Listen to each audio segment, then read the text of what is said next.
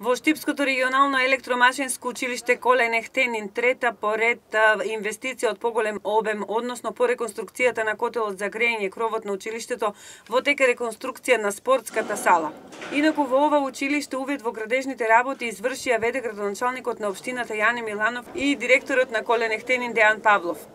Реконструкцијата опфаќа замена на под, замена на прозор и ново осветлување на спортската сала во средното училиште Колен Ехтенин. Стана збор за површина од околу 1100 метри квадратни. Реконструкцијата опфаќа замена на подот, прозорците и ново осветлување со проценета инвестиција вредност од околу 7,5 милиона денари.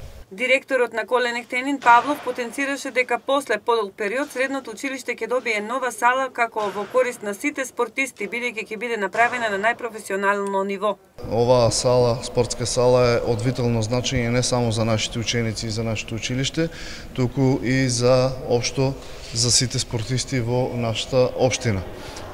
Бидејќи салата по површина е една од најголемите во нашата општина, целиот проект што се спроведува во моментот е со комплетно осветлување дури и за професионални натпревари, а подот што треба да се стави е со FIBA сертификат, така да овде ќе можете професионални натпревари да се одигруваат.